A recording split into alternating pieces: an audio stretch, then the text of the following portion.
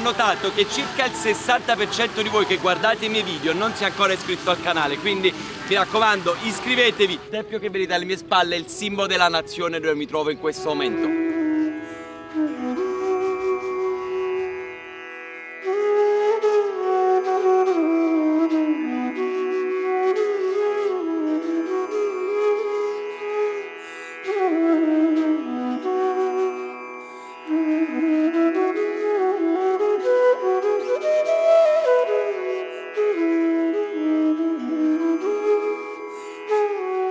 Sono arrivato al Parco dei Buddha, ossia questo parco naturale dove all'interno ci sono centinaia di installazioni diverse di Buddha che ricordano e ripercorrono tutta la storia del buddismo. Entriamo e scopriamone le bellezze.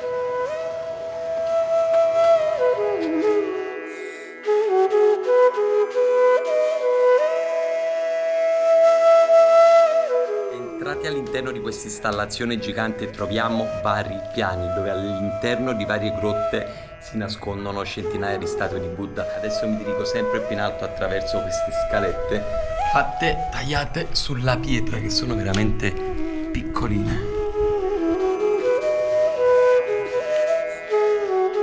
Il percorso interno è abbastanza interessante perché sale attraverso delle scale veramente piccoline e si riesce nuovamente dalla bocca di questo mostro che è il guardiano, per poi trovarsi una vista dinanzi che è bellissima, guardate.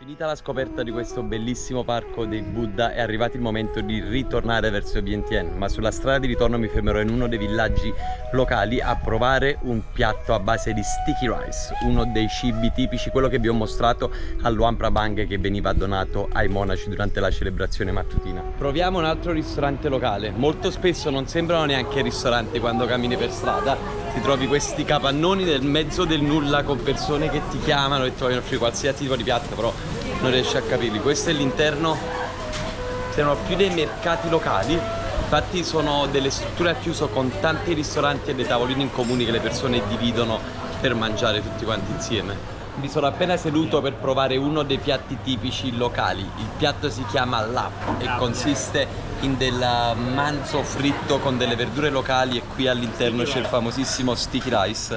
Guardate, durissimo, è tipo un riso plastificato, però è abbastanza saporito se gli metti delle salse e tante altre cose sopra. Lui è Mr. Tum, la persona che mi ha organizzato tutti questi fantastici spostamenti alla scoperta di Laos. Se non fosse stato per lui non sarei riuscito probabilmente a vedere tutte le bellezze di questa nazione, quindi thank you Mr. Tun for everything that you've done for me. You're welcome, thank you. Adesso mangiamo e godiamoci questo buon piatto.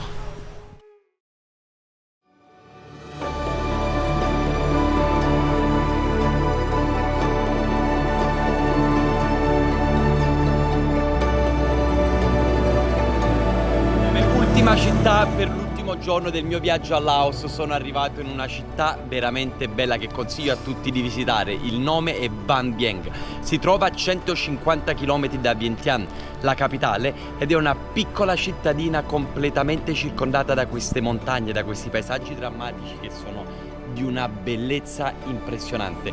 Consiglio a tutti di venire qui, almeno passarci una giornata o anche 2 giorni, perché questa cittadina è famosa per la sua tranquillità. Una volta era una città dedita solo ai festini, grandi feste, quindi baldoria. Invece al giorno d'oggi il turismo è cambiato completamente ed è una destinazione molto tranquilla, dove le persone vengono qui per rilassarsi, godersi un buon pasto, ma soprattutto per tutte le attività che si possono fare, ma anche le scalate delle montagne, che regalano paesaggi assurdi.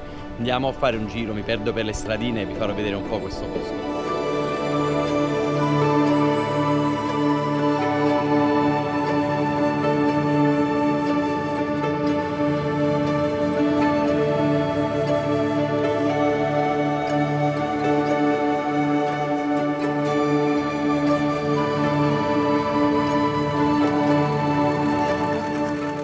c'è un solo problema, visto che la città si trova sulla riva di un fiume, può capitare molto spesso che le strade sono completamente allagate. Fortunatamente sono in una Jeep 4x4 e dovremmo farcela a raggiungere l'altra parte della strada per arrivare al fiume. Guardate qui,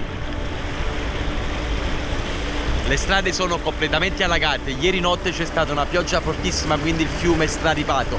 Però da una settimana a questa parte, state, oggi è il 3 di agosto, questa cittadina sarà probabilmente sempre allagata perché il fiume strariperà ogni giorno perché il livello si alza.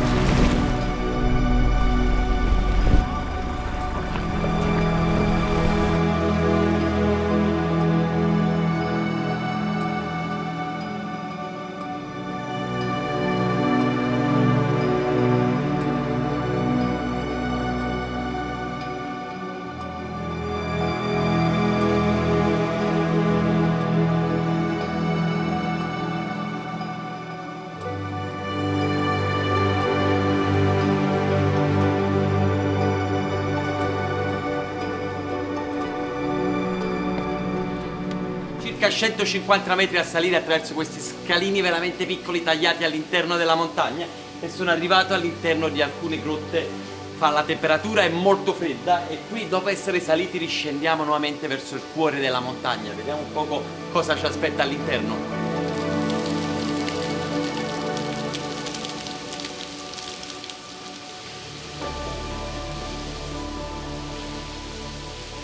Mi sto dirigendo sempre di più verso il cuore delle grotte.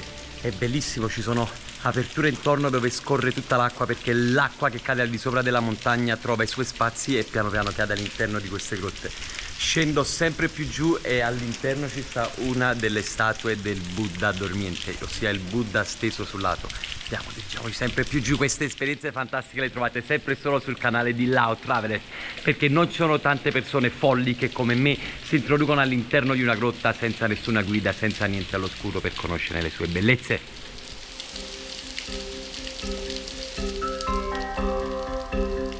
Finita la visita della grotta, sono qui con Mr. Turno, che ormai siamo diventati grandi amici. Beviamo una buona birlao mentre peschiamo nel fiume locale. Bellissimo. Perché questo fondamentalmente non è un fiume, è il fiume principale che si è alzato il livello dell'acqua ed è entrato in tutti i campi, e questo era un canale vuoto prima fondamentalmente, invece adesso è pieno di pesci, quindi i ristoranti locali ne approfittano e iniziano a pescare per poi grigliare il pesce per i turisti.